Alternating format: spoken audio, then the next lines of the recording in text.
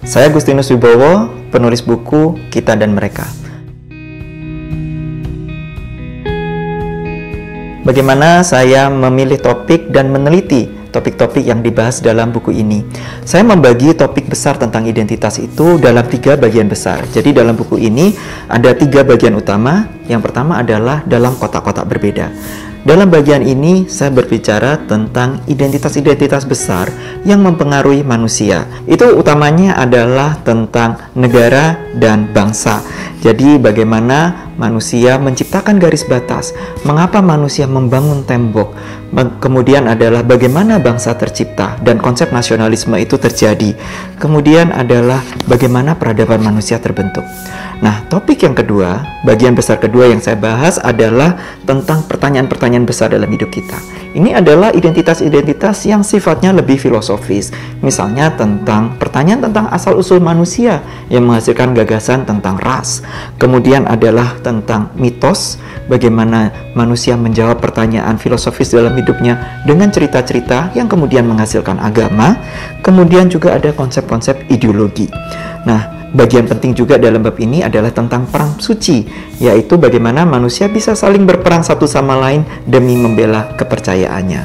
Nah, bagian yang ketiga dari buku ini adalah tentang bagaimana kita bisa berdamai dengan identitas kita. Jadi saya memilih topik-topik yang lebih relevan dalam kehidupan kita sekarang, yaitu tentang isu globalisasi, dan kemudian adalah isu tanah air bagi bangsa-bangsa multikultural, dan yang paling penting adalah bagaimana kita bisa berdamai dengan identitas kita sendiri. Lalu bagaimana saya melakukan riset untuk buku ini?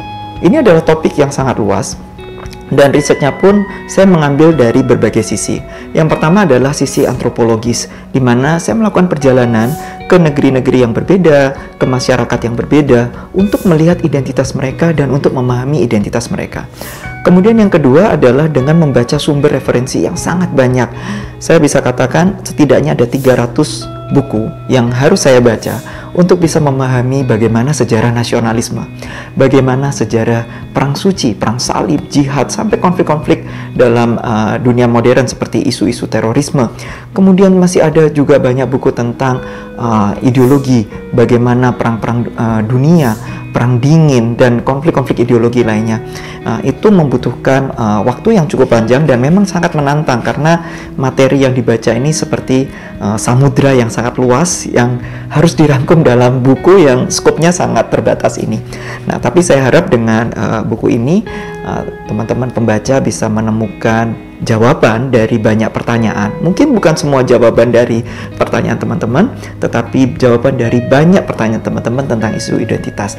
Dan ini juga bisa saya katakan adalah perjalanan saya pribadi untuk mencari jawaban dari pertanyaan-pertanyaan yang ada dalam diri saya.